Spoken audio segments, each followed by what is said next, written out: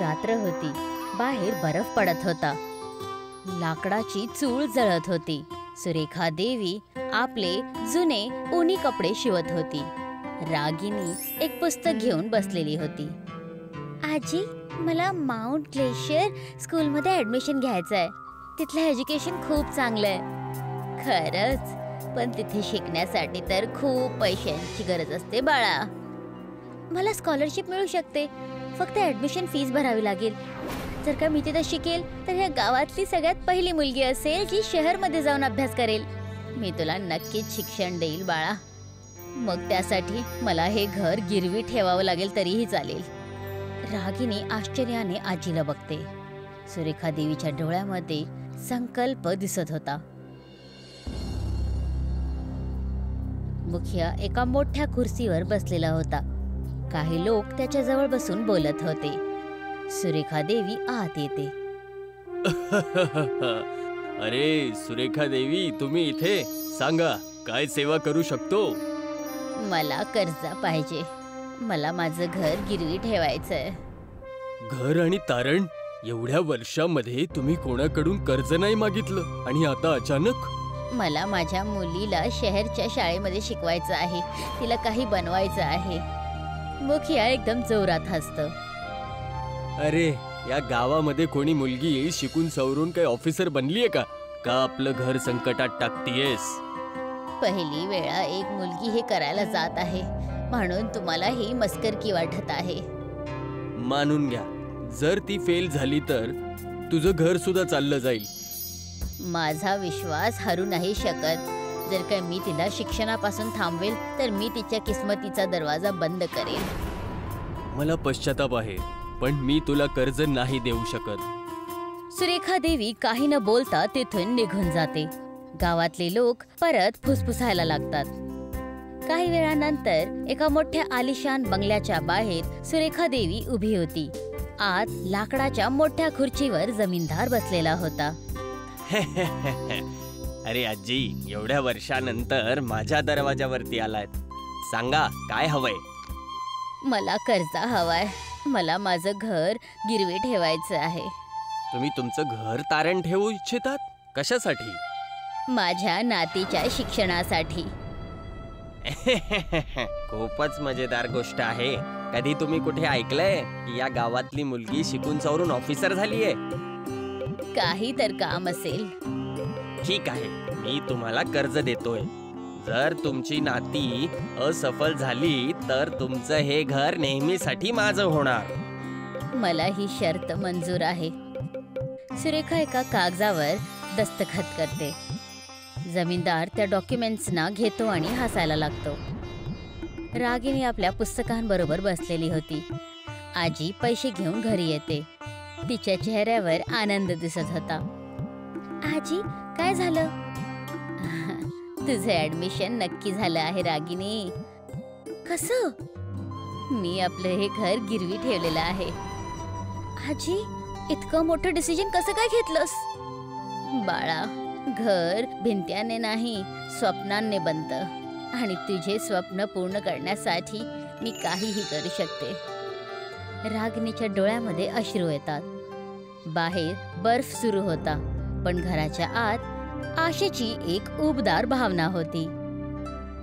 कॉलेजचा खूप मोठा आणि आलिशान परिसर होता. सगळी मुलं आणि मुली महागडे कपडे घालून उभे होते. रागिनी साधारण उंच शॉल घालून हळूहळू पाऊल टाकून चालत होती. तिथे चलत होती. काही मुली तिला बघून हसत होत्या. नेहा आणि तिच्या मैत्रिणी रागिनीच्या जवळ येऊन उभी राहतात. बघा बघा, गावामधून आली आहे आपली नवीन क्लासमेट. हो, मी तर ऐकले की हिच्या आजीने हिला शिक्षण देण्यासाठी आपलं घर सुद्धा गिरवी ठेवलंय.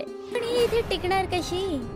श्रीमंत स्कूल, महागड्या पुस्तका आणि ही बहुतेक शेतामध्ये काम करून फीस भरेल.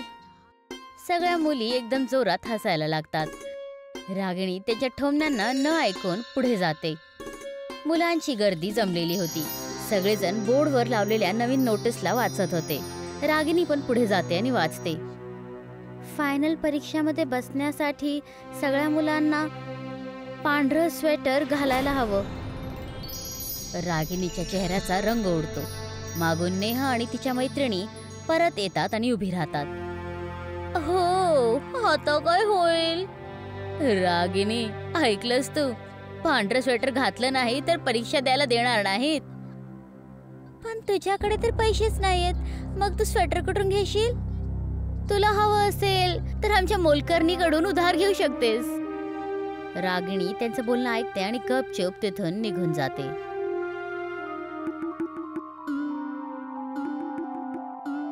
काय झालं बाळा? स्कूलमध्ये काही झालंय का? आजी, फायनल परीक्षेमध्ये बसण्यासाठी पांढरं स्वेटर घालणं इम्पॉर्टंट झालं आहे आणि माझ्याकडे तर. रागिनी पुढे काहीच नाही बोलते. काळजी नको करूस बाळा, काही ना काही उपाय नक्कीच असेल. काही वेळ ती विचार करते आणि मग तिच्या डोळ्यामध्ये एक चमक येते. ती हळूच बोलते, जर काय डोंगरांमध्ये आग लागू शकते तर बर्फाने स्वेटर का नाही बनू शकत? आजी, तुम्ही काय बोलत आहेस? एक जुनं ज्ञान आहे जे आज कोणालाच लक्षात नाही. आपल्या पूर्वजांना बर्फाचे कापड तयार करायला येत होतं. बर्फाचा स्वेटर? हो बाळा, हे सोपं नाहीये पण नामुमकिन पण नाहीये. मला फक्त हिमालयाची सगळ्यात थंडगार बर्फ हवी आहे. रागिनी आजीला विचित्र अंदाजात बघते, पण सुरेखा देवीच्या डोळ्यांमध्ये एक वेगळाच विश्वास दिसतो. ती बाहेर जाते. हाडं कंपवणारी थंड होती. चोहीकडे बर्फच बर्फ होता. सुरेखा देवी हात कापत कापत तो बर्फ एकत्रित करत होती. तिच्या चेहऱ्यावर अजिबात भीती नव्हती, पण ती आत्मविश्वासाने बघत होती. हळूहळू ती त्या बर्फाला आपल्या बुनलेल्या दोरींनी बुनायला सुरू करते. तिचे हात वेगाने चलत होते, जसं कोणी जादू करत आहे. रात्र होणार होती. थंड हवा सुरू झाली होती आणि हळूहळू पांढऱ्या स्वेटरचा आकार बनायला लागला होता. बर्फाची चमक त्याच्यामध्ये समवत होती, जसं एखादा जादुई प्रकाश त्याच्यामध्ये जमलेला आहे. सूर्याचा हलकासा प्रकाश बर्फाच्या डोंगरांवर पडलेला होता. रागिनी हतरुणातून उठते आणि जसं स्वेटर घालते तिच्या चेहऱ्यावर एक विचित्र आनंद पसरतो. ती स्वेटरला हात लावून बघते. आजी, हे थंड का नाहीये? पण हे तर गरम आहे. मी बोलले होते ना बाळा, हे फक्त बर्फाचं स्वेटर नाही, ह्याच्यामध्ये तुझ्या स्वप्नांची गरबी सुद्धा आहे. आता चल लवकर कर, परीक्षेसाठी वेळ होत आहे. रागिनी आनंदात आणि आत्मविश्वासाने घराच्या बाहेर निघते.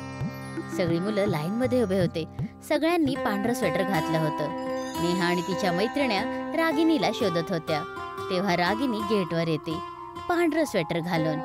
नेहाचे डोळे एकदम मोठे मोठे होतात. हे कुठून आलं? हिने स्वेटर विकत कसा घेतला? कोणाकडून उधार घेतला असेल? रागिनी आत्मविश्वासाने हसते आणि काही न बोलता आत जाते. सगळी मुलं परीक्षा देत होते. टीचर्स राऊंडर होती. अचानक एक टीचर रागिनीकडे येऊन थांबते आणि तिच्या स्वेटरला एकटक बघते. हे कसं स्वेटर आहे? हे तर बर्फाचं दिसतंय. पण हा तर वितळत सुद्धा नाही. क्लासमध्ये हलचल होते, पण रागिनी अजिबात लक्ष न देत शांत भावने परीक्षा देत असते. काही दिवसांनंतर गावातली लोक चौकवर उभं राहतात. सुरेखा देवी सुद्धा तिथे आली होती. तिच्या डोळ्यांमध्ये उमेदची चमक होती. तेव्हा रागिणी येते आणि तिच्या हातामध्ये रिझल्ट होता. आजी, आजी, मी टॉप केलंय. गाववाले हैराण होतात. ते काहीतरी बोलत असतात. काय? खरंच? आम्ही तर विचार केला होता की ही तर असफल होईल. आपण हिच्या आजीची चेष्टा केली होती, पण आज पूर्ण कॉलेजमध्ये पहिल्या नंबरने आली आहे. तेव्हा जमीनदार पुढे वाढतो, हातामध्ये कागद घेऊन. तो हसतो आणि सगळ्यांच्या समोर गिरवी ठेवलेला कागद फाडून टाकतो. सुरेखाजी, आता हे घर तुमचंच राहील. तुमच्या नातीने तर कमालच केली. सगळेजण टाळ्या वाजवायला लागतात. आजी, मी जिंकले, पण ह्याचा श्रेय मला नाही, पण तुला मिळायला हवा. बर्फ कितीही थंड असू दे, जर का त्यामध्ये एखाद्या आईचा आशीर्वाद असतो तर ते सुद्धा गरमाहट देतो. हाच तर बर्फाचा स्वेटर आहे माझ्या बाळा. आजी भावुक होते आणि आजीच्या गळे लागते.